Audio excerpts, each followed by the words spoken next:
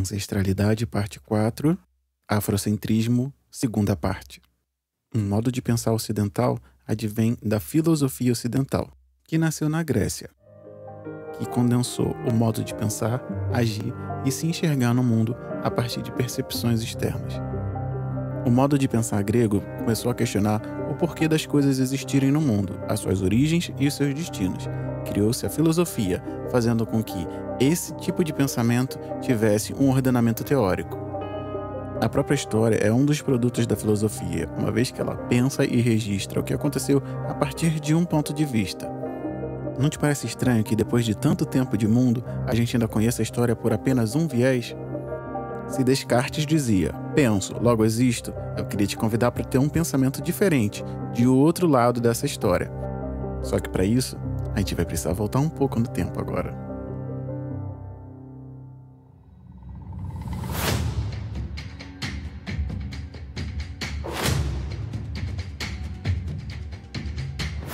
Segundo a Wikipédia, o geólogo francês Maurice Taibé descobriu a formação de Ada, na Etiópia, em 1972. Para pesquisá-la, ele construiu a International Research Expedition Afar, a IREA, convidando para integrar a equipe o antropólogo americano Donald Johanson, fundador e diretor do Instituto de Origens Humanas da Universidade Estadual do Arizona, a arqueóloga britânica Marie Leakey e o paleontólogo francês Yves Coppens, hoje no Collège de France, para co-dirigir a investigação. Um ano depois, em outubro de 1973, a equipe escavaria em Adar em busca de fósseis e artefatos relacionados à origem dos seres humanos. No mês de outubro, perto do final da temporada no primeiro campo, Johansson reconheceu um fóssil da extremidade superior da tíbia, que é o osso da perna, que tinha sido cortado ligeiramente na parte anterior. Fato esse que o leva a aproximadamente 4 milhões de anos atrás.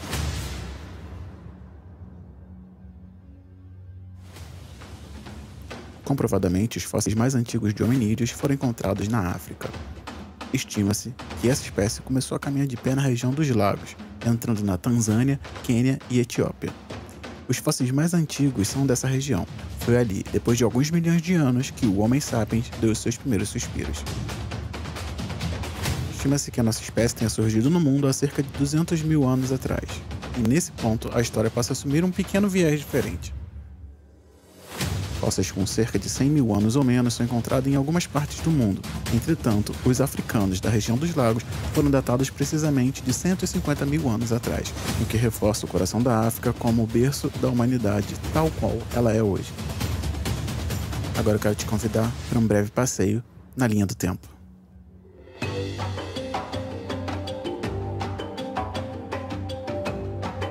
Os fósseis encontrados fora do continente africano são resultados de processos migratórios que aconteceram entre 120 e 110 mil anos atrás, quando os conglomerados começaram a se espalhar. Por ser um continente muito extenso, levaria de fato milênios para que os grupos encontrassem condições de percorrer rotas seguras e garantissem a sobrevivência. Com aproximadamente 70 mil anos de existência, o Homo sapiens de fato se espalhou por todo o continente, caminhando para as áreas mais externas e encontrando os caminhos de saída da África. Dominando o fogo, as viagens ficaram mais fáceis e seguras por conta do aquecimento, o que impulsiona a espécie em direção à Europa, que sofreu um processo de glacialização. Fato esse que fez com que o homem chegasse aos demais continentes. O domínio da navegação também corroborou muito com esse fato. Acredita-se que durante essa era glacial o nível dos mares teria baixado, criando uma conexão sólida e uma verdadeira ponte entre a Ásia e a América. E isso aconteceu por volta de 15 mil anos atrás, quando os primeiros viajantes chegaram à América, ainda desabitada, pelo Estreito de Bering. Ele ligava os extremos da Rússia e do Alasca. Esses povos, ainda viajantes e nômades, chegariam à América do Sul beirando o Oceano Pacífico, se tornariam os povos originários americanos que teriam contato com os europeus na Idade Média.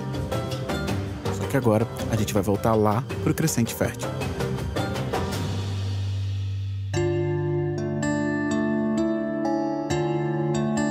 Na região compreendida entre os deltas do Rio Nilo, Rio Tigre e Eufrates, havia um fenômeno natural muito importante para a estabilização das comunidades locais. Os movimentos de cheias e secas desses rios faziam com que o solo se mantivesse fértil boa parte do ano. O entendimento desse fato fez com que os sistemas de plantação se mantivessem sustentáveis e, consequentemente, o cultivo da comida fosse uma realidade. Essa fase de autonomia e controle sobre o ambiente fez com que os aglomerados adquirissem a possibilidade de subsistência perpétua. Pouco tempo depois, cerca de 4.000 anos antes de Cristo, surgiria na região da Mesopotâmia o patriarcado, em contraponto à sociedade que provavelmente existia à época, a matrilinear. E é nesse ponto que algumas narrativas se separam. Alguns povos se sustentaram na parte do delta do Crescente Fértil, e outros continuaram a se espalhar pelo mundo.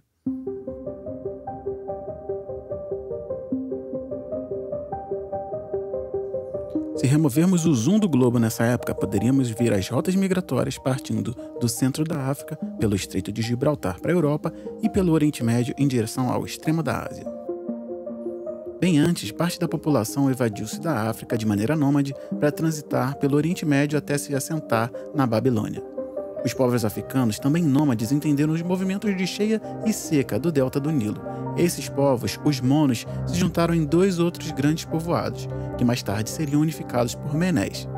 E foi assim que, por volta de 3.200 anos antes de Cristo, que a maior e mais potente civilização já conhecida da história, desenvolvedora e dona de saberes e ciências tão avançadas que já foram consideradas extraterrestres, detentora de histórias e conhecimentos que moldaram o mundo tal como ele é hoje, que às margens do Nilo nasceu Kemet, que os gregos, raptores da história ocidental, chamaram de Egito. Kemet foi o lar das rainhas e reis mais conhecida histórica e mundialmente de todos os tempos.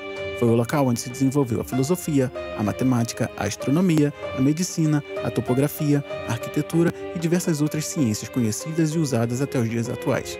Foi casa das mais potentes histórias de deusas e deuses da antiguidade e detentora das mais antigas fantasias sobre poder, progresso e cultura.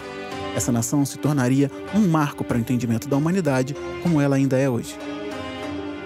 Alguns estudiosos ocidentais afirmam que a palavra Kemet, que designava a região do delta do Nilo, era usada devido à cor que as margens ficavam após as cheias, pretas. O termo Kemt, K-M.T, era associado à cor preta nas línguas antigas africanas. A gente sabe que a maior parte do conhecimento que o Ocidente, entenda-se Grécia e sua filosofia, a que se tornou ocidental, foram adquiridos em Kemet através de viagens pelo mar Egeu. Acredita-se inclusive que o nome Egito significa povo além do Egeu. A substituição do nome Kemet por Egito dá volto a propor um apagamento, o da cor das pessoas que lá habitavam, um território africano que teve como origem povos africanos. Esse fato passaria desapercebido para ouvidos desatentos, mas foi essa desculpa que vinha sendo usada para negar a cor das pessoas daquela região, não associando assim a potência ao povo preto. Seria demais para a filosofia ocidental admitir que os conhecimentos foram roubados de povos que posteriormente viriam a ser escravizados. Esse apagamento foi uma das táticas de desvalorização da potência africana, que inclusive legitimou o tráfico negreiro na Idade Média. Durante muito tempo, quem contou a história do mundo foi a Europa. E você sabe o interesse dela nesse enviesamento. E por falar em história, aqui vai um pouco mais. Com o desenvolvimento global e a justaposição ou contraposição do patriarcado, que se expandiu para a Europa, e o matriarcado africano, as civilizações prosperaram de maneira diferente, de tal forma que, com o passar do tempo, os europeus chegaram à Idade Média com a capacidade exploratória avançada. Muito dessa capacidade foi aprendida com os mouros, que eram povos árabes ou africanos. Se você tiver alguma dúvida a respeito desses povos, volta lá na introdução do episódio 8. O mundo continuou evoluindo e os europeus, movidos pelo patriarcado e pela ganância, claro, sentiram a extrema necessidade de se lançar às aventuras mar afora. Foi quando as grandes navegações e o comércio marítimo se consolidaram, o que fizeram voltar à África e à escravização. A gente vai falar disso num episódio mais à frente. Um dos meios de se garantir que a escravização fosse perfeita foi amaldiçoar a África, e a igreja se encarregou disso. Raptar uma pessoa, levar para outro lugar e fazê-la trabalhar, talvez seja algo que a força garanta, mas como fazer com que essa escravização dê certo, como o plano seja perfeito? Basta remover as referências e as potências das quais essa pessoa se orgulha. O plano de apagamento é perfeito quando pessoas pretas não se reconhecem enquanto potências que foram sempre na humanidade, desde a sua criação. Eu procuro sempre trazer nomes aqui que vão enriquecer a nossa construção de ancestralidade, pretitude e parentalidades pretas. Hoje eu vou falar de uma pessoa que se opôs ferrenhamente a respeito desse conceito, desse apagamento. Eu queria compartilhar com você uma pessoa que muito me inspira, que nasceu em 1923 no Senegal, foi historiador e antropólogo. Nos seus estudos, ele enfatizou a contribuição da África, em particular a África negra, à cultura e à civilização mundiais. Estou falando do Dr. Cheikh Anta Diop.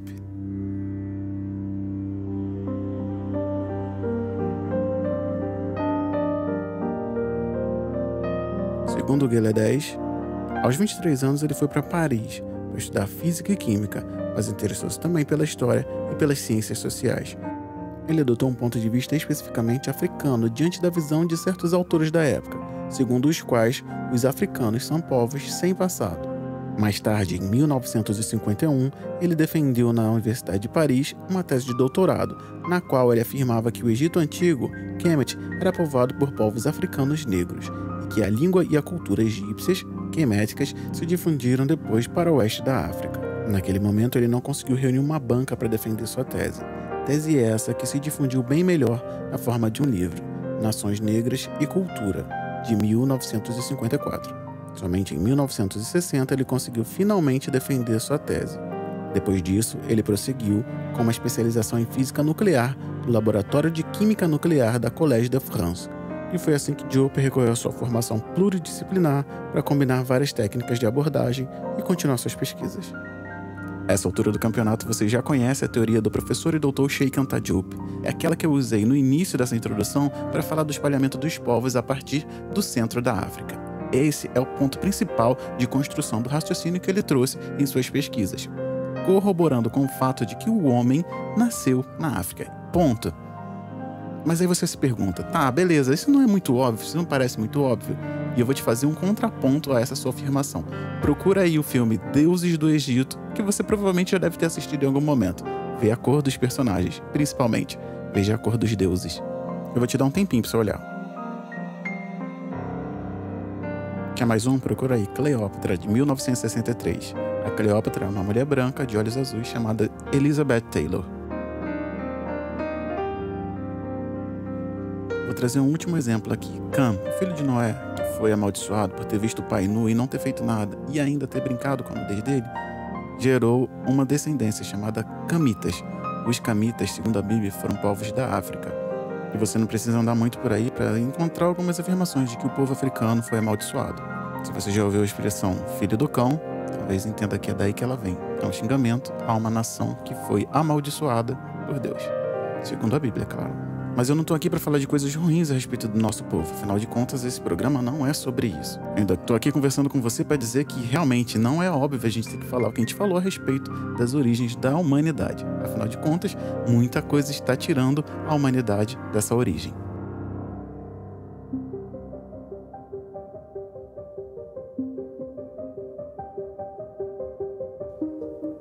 Ainda no trecho do site Gueledés que eu trouxe para formar essa introdução, eu vou ler uma parte que fala sobre os testes de melanina em múmias. Ela diz o seguinte, entre aspas: segundo Cheikh Anta Diop, os procedimentos egípcios de mumificação não destruíram a epiderme a ponto de tornar impraticáveis os diferentes testes de melanina que permitem reconhecer a sua pigmentação. Ao contrário, dada a confiabilidade de tais testes, Diop se surpreende com o fato de que eles não tenham sido generalizados em relação às múmias disponíveis.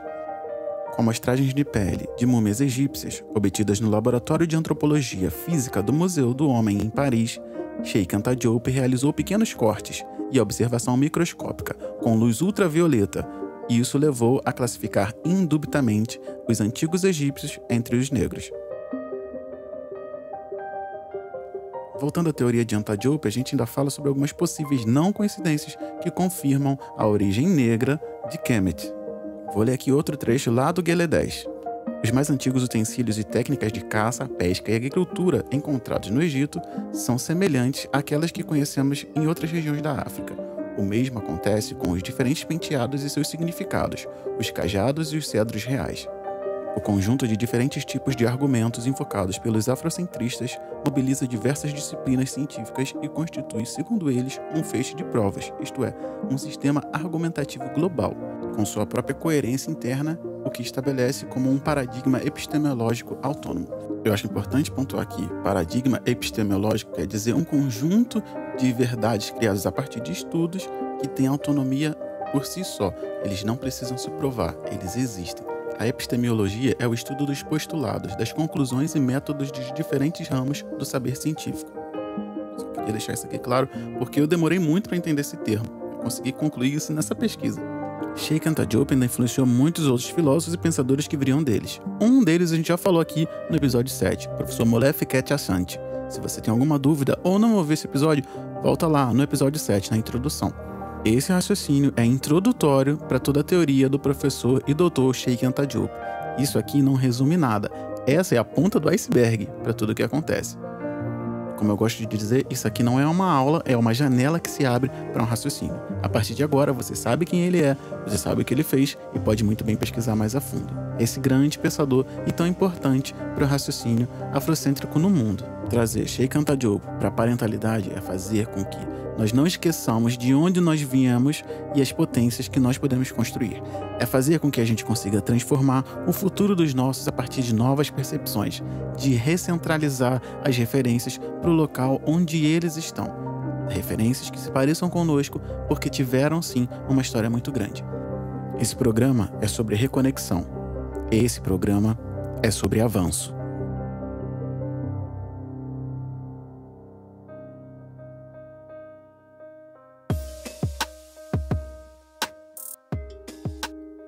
Eu sou Diego, sou pai de Benjamin e Aurora, esposo de Tatiane, que está com as crianças agora, para que eu possa produzir esse episódio, e esse é o podcast Parenta. Aqui a gente vai falar sobre ancestralidade, pretitude e parentalidades pretas. O nosso objetivo é segurar a mão de você que está ouvindo e levar em direção a uma parentalidade preta diferente, mais potente, potencializando os nossos filhos, as nossas crias, para que só assim a gente consiga mudar a história do nosso povo. Esse podcast faz parte de um universo ainda maior, que se completa e se expande lá na página Parentalidade Preta no Instagram. Lá a gente continua as discussões e eu consigo trocar diretamente com você através das mensagens. Então, caso você tenha escutado alguma coisa aqui que você gostaria de levar para a discussão lá, só me chamar. Eu estou à disposição. E o podcast Parenta de hoje é com a Camila, a preta letrada.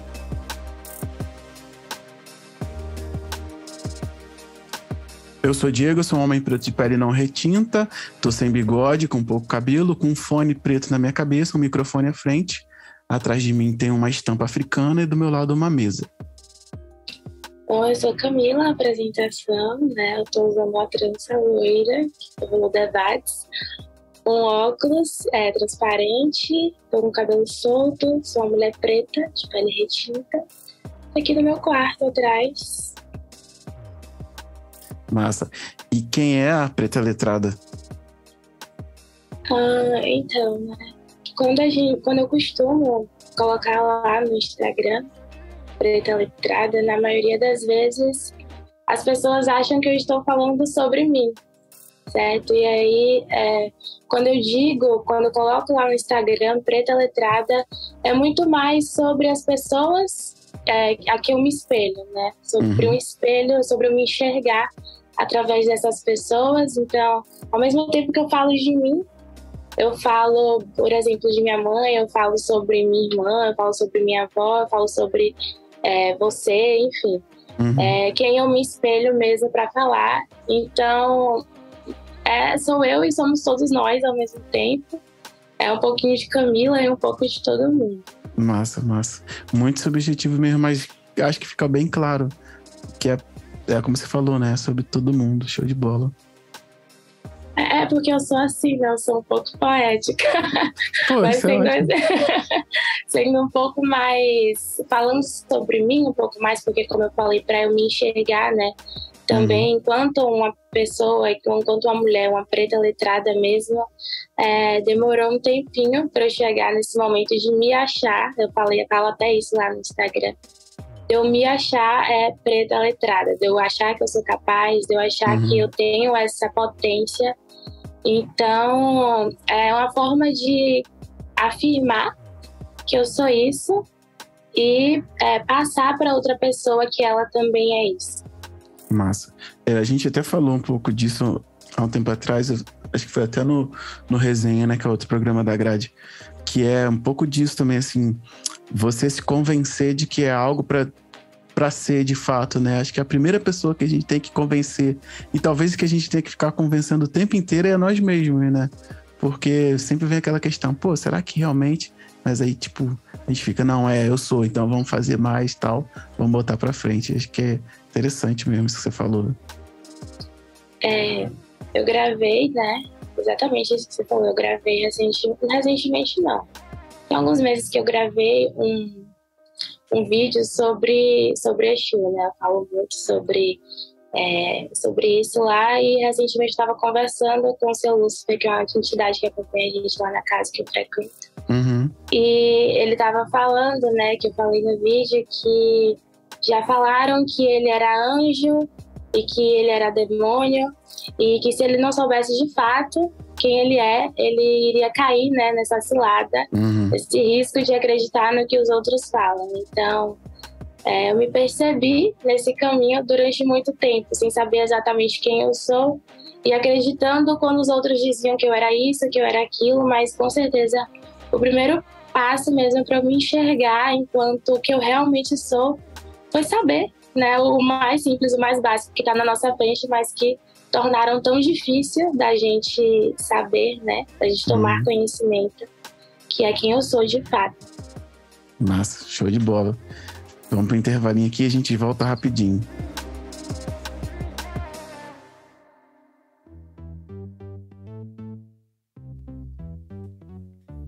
Décimo episódio do Podcast Parenta. Eu queria te agradecer por estar aqui comigo desde o começo, e você que chegou com Camila, a Preta Letrada, boas-vindas. Esse programa é oferecido pela Cleia Gomes e pela Gabriela Barbosa, que passaram a colaborar com a campanha de financiamento coletivo que eu cadastrei lá no Apoia, no apoia.se/parenta. Elas passaram a colaborar depois do último programa, então eu queria agradecer também a elas, especialmente, por continuarem fazendo esse programa chegar mais longe. A você que queira, de repente, colaborar também, é só chegar lá no apoia.se/parenta. Lá tem toda a explicação. Você pode colaborar com qualquer valor mensal, com o valor de um cafezinho, R$10, você já ajuda a gente a projetar os episódios. Eu já falei em alguns episódios o motivo desse apoio, então vou repetir aqui rapidamente. Eu queria muito poder pagar pelas trilhas sonoras para as introduções que tem num site que é pago e continuar pagando o Zoom, que é por onde eu faço as entrevistas, como essa que você vai ouvir aqui agora. Bom, é isso. Sem mais delongas, Camila, Preta Letrada, aqui no Podcast Parenta.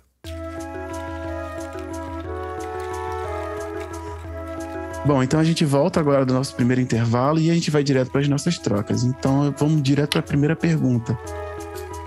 Na sua opinião, Camila, por que a gente deve falar de ancestralidade evidenciando as potências africanas? Eu acho que no sentido assim, mais essencial da gente estar aqui mesmo no mundo, né? Tipo, da gente existir.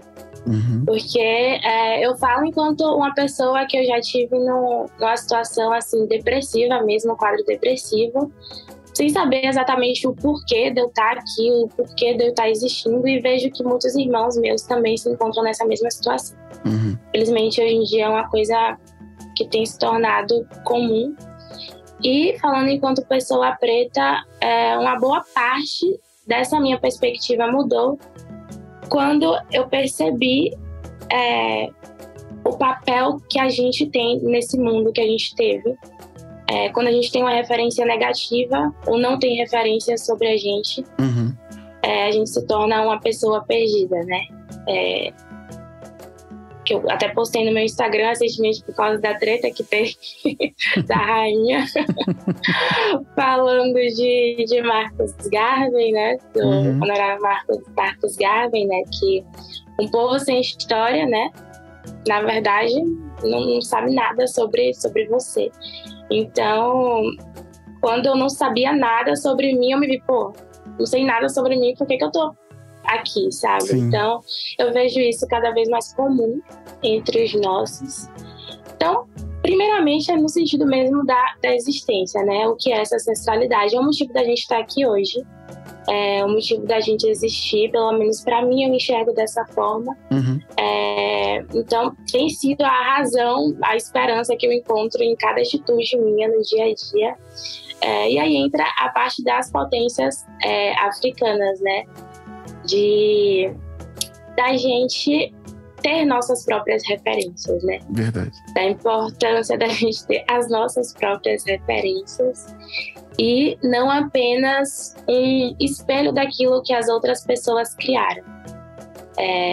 nós somos e fomos e temos criado coisas incríveis, que foram apagadas, mas a gente tende sempre a ficar adorando aquilo que os outros criaram. E essa busca incessante por adorar aquilo do outro acaba deixando a gente, eu não crio nada. Sim. Sabe? Então acaba deixando a gente com esse sentimento de impotência, de realmente não conseguir nunca chegar em algum lugar, porque a gente sequer é capaz de produzir algo que não seja considerado, sei lá, selvagem, ou sujo, ou, enfim, ladrão, e todas as outras características que eles atribuem a gente. É mais ou menos isso. Não, pode crer, e eu acho que é isso também, e eu gosto de levar pro lado da subjetividade, né? Muito em cima disso, porque como a gente sabe, né, eu também falo muito isso aqui nas redes, enfim, interessa muito ao colonizador, e aí a gente vai dizer o patriarcado, machista, misógino, enfim, racista, colonial, que pessoas colonizadas, que consigam ser colonizadas, não tenham subjetividade, né? E aí que entra nessa questão da potência. Se a gente não tem uma subjetividade nossa, qualquer coisa é colocado. Então a gente tenta viver um ideal de vida embranquecido, tenta fazer coisas que não são pra gente. E eu não tô falando nem que a gente não devesse fazer, mas das quais a gente não vai conseguir nem colher os resultados. Lugares que a gente não vai conseguir acessar. E aí trazendo para um exemplo prático, estar em lugares em que a maioria das pessoas são brancas e a gente sabe que aquele local é declaradamente branco e não aceita pessoas pretas. E aí vem aquela velha história, né? Nós temos que ocupar os lugares e tal. Eu acho que isso é a pior coisa, assim, indo bem no que você está falando, nessa questão de subjetividade, né?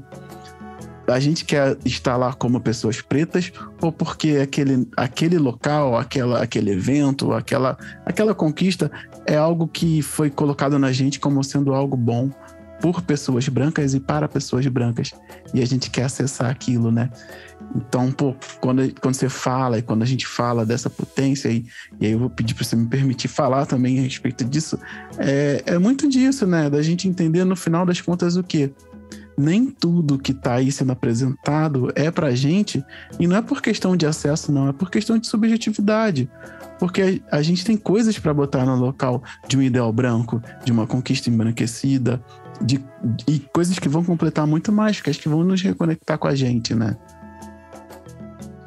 Quando você falou, né, que coisas que não vamos alcançar o resultado, né, dentro da perspectiva da subjetividade, como a gente está conversando sobre essa parte da masculinidade, ou masculinidades, me lembra também algo muito que eu costumo conversar com os meus amigos, meus irmãos pretos, no sentido do que é ser um homem preto na questão do privilégio. Eu acho que quando a gente se junta com outras pessoas no ambiente de luta e de discussão política, a gente costuma escutar assim com uma certa frequência de um privilégio, ou eu costumo escutar e colocar homens pretos num lugar assim de privilégio mesmo, né? No sentido deles estarem em uma pirâmide mental criada por algumas pessoas num espaço superior às mulheres como um todo, né? Essa universalização, enfim, desse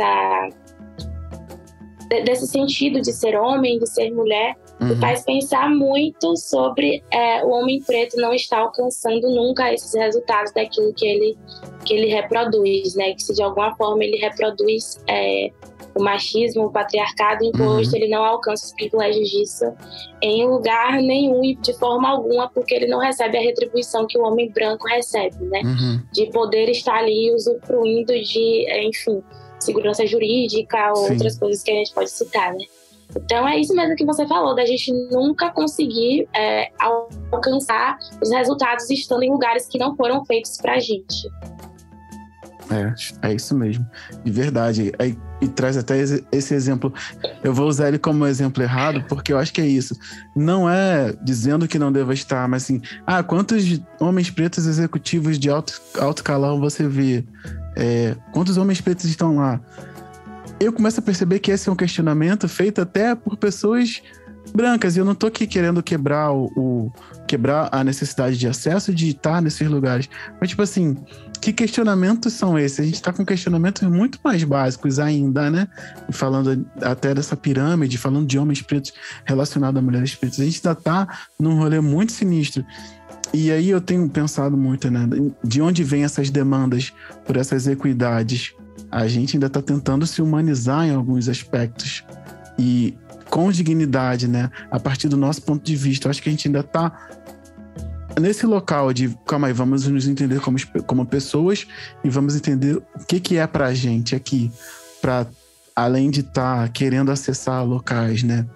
Eu não vou ficar falando muito nisso, senão a gente vai acabar parando só na primeira pergunta. Mas acho que é um questionamento válido, né? Como eu tinha falado, como você falou, aonde é que a gente quer estar? Por que a gente quer estar nesses locais? Sem antes estar bem, entendendo, consciente e tal. Acho que é muito disso. Só uma suposta resposta que veio na minha cabeça, né, do porquê a gente continua buscando acessar e com essas respostas um pouco primitivas, né, esses questionamentos primitivos. Justamente por causa, a gente volta para essa pergunta, né, pela falta dessas referências e potências africanas, a falta da gente buscar ali a nossa ancestralidade, de fato. Exatamente. Vamos para a segunda, né? De Kemet, a Lei 10.639. Queria que você citasse para quem está ouvindo a gente 5 coisas que não podem ficar de fora do repertório no pensamento do povo preto em diáspora. Eu acho que eu colocaria como primeiro, mas no sentido pensando em mim mesmo, nas pessoas que estão ao meu redor, de uma forma de axé. Eu falo axé não no sentido da religiosidade, né? Mas no sentido da força vital mesmo, no sentido literal da palavra axé, de você estar buscando o que significa para você estar vivo, né? O que, enquanto pessoa preta, te move, te coloca dentro desse contexto de diáspora que você tá, sempre resgatando e fazendo esse link de onde você veio, né? Então, eu acho que eu colocaria isso como o primeiro ponto. Eu acho que é importante também a gente buscar referências de pessoas, que é uma coisa que eu ando fazendo de forma um pouco involuntária. Acho que no meu percurso, né, de desembranquecer, eu comecei pelo axé mesmo, por ser a parte inicial de eu precisar ter uma saída daquilo que eu estava sofrendo tanto. E aí passei para, isso daqui eu tô viva por causa disso, mas quem foram essas pessoas que possibilitaram eu estar viva, né? E aí eu passei para esse segundo ponto, que foi então o de me conectar com sujeitos, né? A gente escuta muito de histórias e a gente sabe da importância de reconhecer pessoas, né? Da gente apontar mesmo quem foram essas pessoas pretas que fizeram eu estar aqui hoje. Óbvio que tem as pessoas que são de conhecimento, né, geral, assim, mas também eu falo de pessoas aqui, perto de mim, minha família, minha avó, que é a minha maior referência. Então, acho que esse foi o segundo passo, assim, da minha trajetória. E eu coloco como terceiro, porque não pode faltar, porque faz parte de mim, né? A leitura. Eu coloco a leitura, assim, num aspecto muito... Não apenas do ler, como eu falo lá no Instagram, a letrada não no sentido de você ler, mas a leitura do mundo, o observar. Então, você pegar um livro, sentar e ler o livro necessariamente. A gente sabe que de onde a gente veio... os nossos códigos se davam ali por transmissão, né, de conhecimento de forma oralizada. Então, eu falo leitura mesmo no sentido de você observar como isso é importante para mim também e para as outras pessoas, quando a gente está, sei lá, com a mente um pouco conturbada, parar e observar o que está acontecendo. Então, fazer essa leitura de mundo, do que foi, sei lá, falar com uma pessoa mais velha, isso também, pra mim, também se configura como leitura. Vou falar 3 aí, porque eu acho que é suficiente do que eu tenho na minha cabeça. Não, pode crer. Eu achei muito legal você falar da leitura de um contexto geral de observação, né? De absorver principalmente os movimentos que tem em volta da gente, né? E aí eu até penso um pouco disso também, de quando a gente consegue perceber onde a gente está, como são as pessoas que estão, e estar atento, né? Não tá só transitando pelos locais, dá pra gente se posicionar, e aí é uma forma de se proteger, inclusive, né?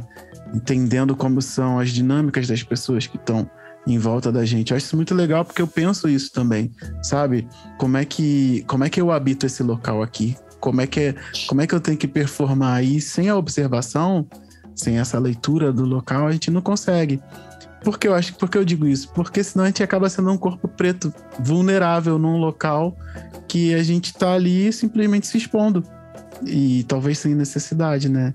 Acho que é muito legal você trazer essa leitura dessa forma, assim, de percepção. Muito bacana. As outras, então, eu nem falo. Pessoas, inclusive, é algo que não tem como correr, né? Se a gente quer ir pra frente, não tem como ficar sem essas referências. Aí eu não quero falar por cima, mas acho que é isso mesmo, cara, assim, referência. Porque se não tiver, não adianta, a gente vai ficar sempre vai voltar para aquela velha questão. Quem eu sou a partir de quê, né? E, pô, já passou a hora da gente não ter referências, né? Isso eu acho de verdade. Show de bola. Você está ouvindo o podcast Parenta, aqui, no Parentalidade Preta. Bom, então vamos para a próxima pergunta, que é, na sua opinião, o que deve ser dito sobre a afrocentricidade para os nossos pretinhos? Eu me baseio muito no que foi dito para mim, né? Na minha criação, na minha formação. Basicamente, aqui em casa, a gente nunca teve uma construção academicista do pensamento preto, se eu posso dizer assim. Mas a gente teve algo formado ali muito mais cotidianamente mesmo, no dia a dia. Você falou que, né, tu morou aqui em Salvador, então, por exemplo, tem o candomblé, a gente descia sempre ali, né, a minha família descia sempre ali no Curuzu para acompanhar, né, e aí passar. Então, tem muito isso da forma como as pessoas se comportam e se relacionam aqui dentro de casa. Então, o que eu aprendi sobre a afrocentricidade foi muito mais no entendimento não academicista. Foi o amor que eu recebi e como minha mãe falou para mim, por exemplo, no colégio, que se eu recebesse alguém falasse alguma coisa sobre o meu cabelo, era para eu responder. E não era para eu ficar calada. E ela falou, por exemplo, me ensinou a dar benção à minha avó, sabe? Então, eu acho que a gente foi criado aqui em casa de uma forma que valores foram ensinados, sem falar necessariamente o porquê disso, sabe? A gente sabe que tem uma explicação formal, teórica disso, que a gente poderia estar explicando, mas que nunca foi ensinado, até porque existem várias outras maneiras de fazer isso aqui, né? Então, eu acredito que a forma mais natural e que a forma que eu ensinaria para os meus filhos seria a mesma que eu recebi enquanto criança, na minha formação, de ter esses valores transformados no dia a dia, sabe? De falar uma palavra de afeto e passar aquele exemplo mesmo para ele, ensinar, por exemplo, a respeitar os mais velhos, o que deve ser feito, o que não deve ser feito. Para mim, assim, na minha concepção, isso é o sumo da afrocentricidade, sabe? Certeza. É o básico, de onde a gente inicia tudo. Não, pode crer, com certeza. Não tem nem o que dizer. Bom, então a gente vai para a última pergunta agora, que é a polêmica, velha polêmica. Mulherismo africana ou feminismo negro? Como é que a gente fala sobre isso com as meninas? Eu acho que a primeira vez que eu escutei sobre o mulherismo africano foi ali em 2018, se não me engano. A gente ali ainda estava meio no... Tinha uma coisa ali encoberta um pouco, sabe? Não era tão dita quanto tem sido dito assim hoje em dia. E o auge era o feminismo negro, sabe? A onda era ser feminista. Uhum. Eu quase fiz a tatuagem do feminismo também, porque todo mundo tava fazendo. Sim, mas... Hoje eu agradeço tanto. Olha a subjetividade branca aí, ó. Olha a subjetividade branca. Eu tenho uma amiga que fez e agora tá retirando a tatuagem. Mas o que eu penso muito sobre isso, obviamente, enquanto sujeito de luta nessa diáspora que a gente está vivendo, eu tenho essa tendência de abraçar sempre as pessoas que estão ao meu redor sendo pretas. Obviamente, tem várias pessoas que eu vejo que têm o pensamento embranquecido e eu sei de onde isso veio. Porque quando eu li sobre o feminismo negro, eu lembro que eu não me reconheci em nenhuma daquelas falas. Não apenas porque, sei lá, tinha uma pessoa ali do outro lado da rua que era um homem preto e estava sendo morto de alguma forma. Um primo meu que, no nada, morreu por algum motivo que ninguém, né, digamos que ninguém sabe qual foi. Então, quando eu li sobre aquilo e quando eu tentei entender o feminismo, tentei entender por que o homem, mulheres e homens eram separados assim, eu tentava entender, mas eu não me identifico com essa menina aqui, branca, sabe? Eu não acho que eu tô no mesmo lugar que ela. E quando eu olhava pro meu irmão, eu enxergava muito mais de mim do que dela.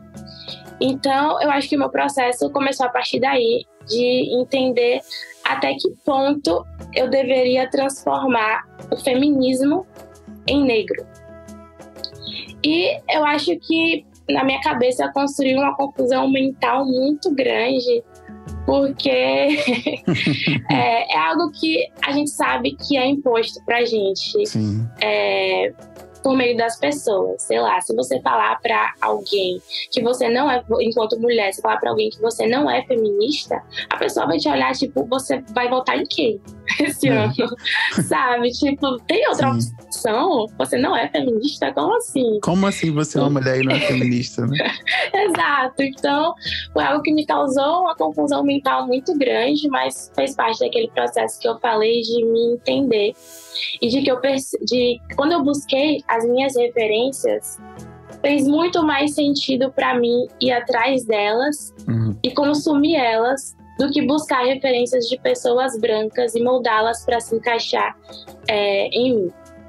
E por mais que eu tentasse moldar, como eu fiz ao longo da minha vida, daquele jeito que a gente estava conversando aqui, nunca encaixava, sabe? Porque simplesmente não era sobre mim. É uma luta, obviamente, que a gente respeita. Não tá desvalidando de jeito nenhum. A gente não né? Mas é isso, sabe? Só não é sobre mim, não se encaixa. Por mais que eu tentasse encaixar, não encaixava. Então, é isso, né? Mulheres Africanas, o feminismo negro, a resposta já tá aqui, que é a forma que eu me comporto hoje em dia. E como falar disso com meninas pretas. Eu acho que, seguindo uma cronologia, assim, começa muito daquilo que a gente estava falando, da referências. Tudo é sobre isso. Tudo é sobre ancestralidade. Então, você começar mostrando para ela, existe isso aqui, existe esse pensamento que essa mulher escreveu. E você mostrar esse outro, obviamente, ela vai do senso dela de ler e entender como aquilo se encaixa com ela. Foi o que aconteceu comigo, né? A gente não tá aqui para impor pensamentos, a gente não tá aqui para doutrinar, a gente não tá aqui para espalhar a palavra do mulherismo africano para ninguém. A gente tá aqui para mostrar, tem isso e tem isso, sabe? Tipo, o que é sobre você. Eu acho que é isso. Massa. Eu posso muito pouco falar nesse sentido do feminismo, porque eu acho que é um local que não me pertence, eu não posso falar mesmo por ser homem. Mas no mulherismo pode, né? Porque a gente é incluso nesse rolê. Então, eu gosto, porque a gente pode falar. Mas é isso, né, cara? Assim, se eu pudesse também responder essa pergunta que eu te fiz, né? Pensando em ter uma filha, é entender que uma dessas duas, no caso o mulherismo, vai botar você mais perto do seu pai do que do cara branco, que quem criou quer ser igual, né? Isso vai ser dito a essa altura do campeonato, já foi dito na introdução desse episódio, mas quem criou o feminismo queria ser igual a um homem branco, que acaba sempre matando a gente, né? De várias formas. Então, quem quer ser igual a esse colonizador, a esse patriarca? A mulher branca. E aí a gente vai entendendo, né? Isso também já foi dito, isso é óbvio, tá aqui, que a mulher preta tá mais perto do homem preto do que da mulher branca. E não adianta, não tem pra onde correr. Então, como você falou, né?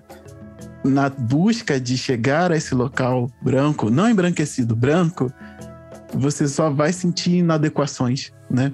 Você só vai se sentir inadequada, vai se questionar, dizendo, pô, mas eu não consigo entender o que tá acontecendo, por que isso não... Se a gente é todo mundo feminista, por que não? Porque é baseado em raça. E aí a gente não entra no rolê delas. E aí, como homem preto ainda, falando de novo, melhor o mulherismo africano, porque eu sou considerado nesse rolê, sabe? Falando disso, e eu posso falar, se eu falo pra minha filha, o mulherismo africano está preocupado com você e comigo. Eu não quero suplantar, e eu não falo nem de suplantação em função do feminismo, em função de quem o feminismo quer ser igual.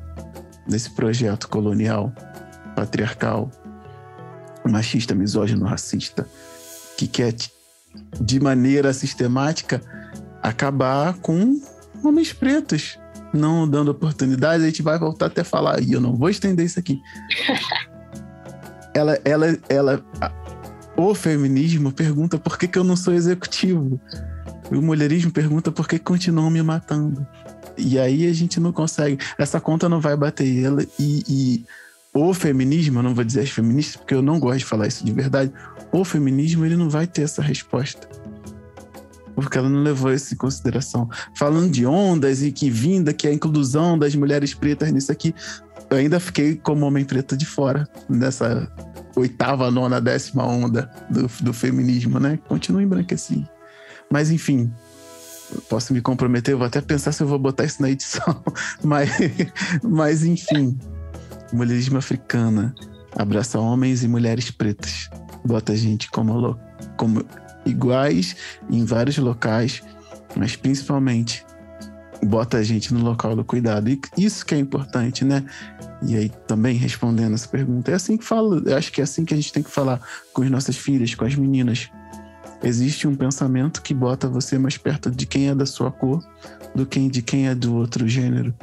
E aí a gente continua ali falando sobre igualdade e depois tudo isso aí que a gente sabe para onde vai. Enfim, o meu ponto de vista é esse. Não queria falar por cima de você, mas... Maravilhoso.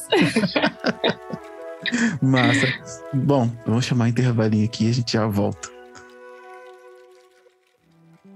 Eu queria te agradecer por continuar aqui ouvindo o podcast Parenta, dizer que ele ainda não acabou, temos o restinho da nossa conversa, ainda tem informação lá, sempre deixo alguma coisa bacana pro final. Vou te convidar novamente para dar uma olhada lá na campanha de financiamento coletivo no apoia.se/Parenta. Se você tiver como ajudar financeiramente vai ser muito bom, pelos motivos que eu já te expliquei lá no primeiro intervalo.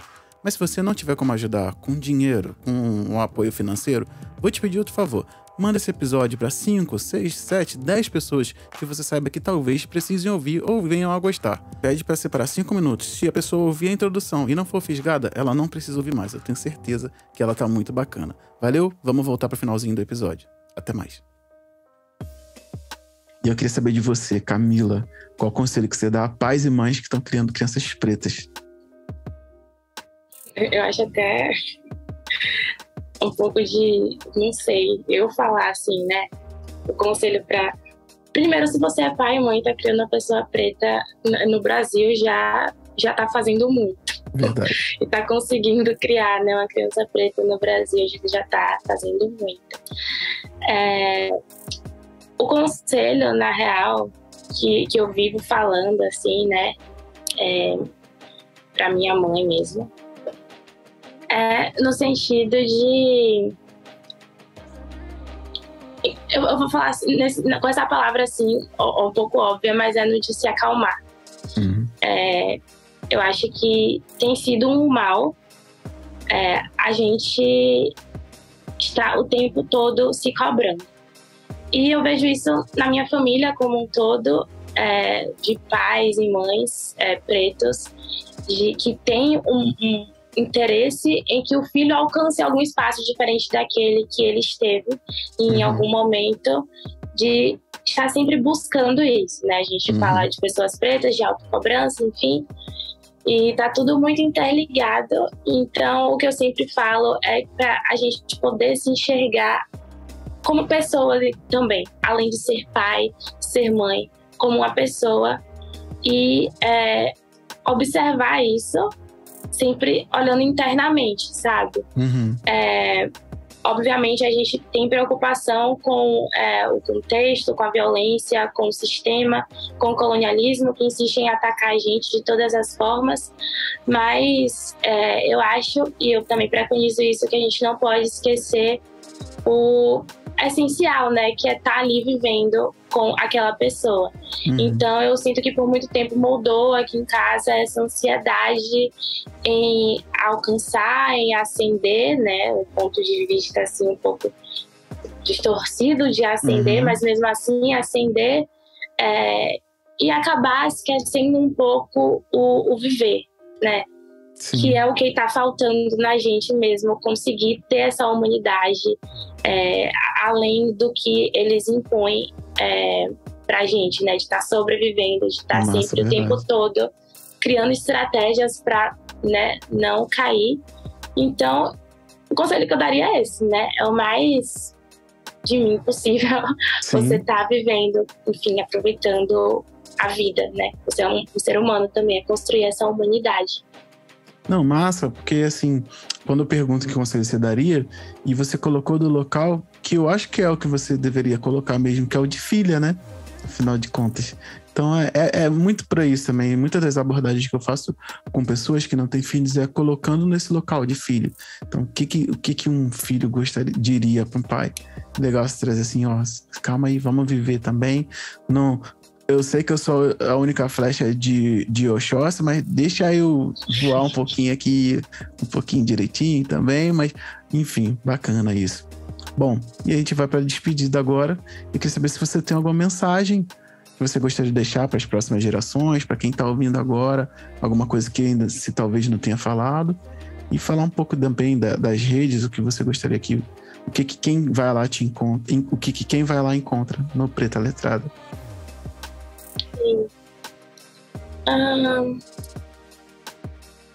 Mensagem, eu acho que eu vou falar literalmente, como eu sempre faço, o que tá no meu coração, que vem da alma mesmo.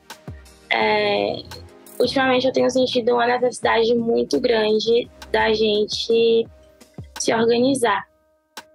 E eu falo isso no sentido individual.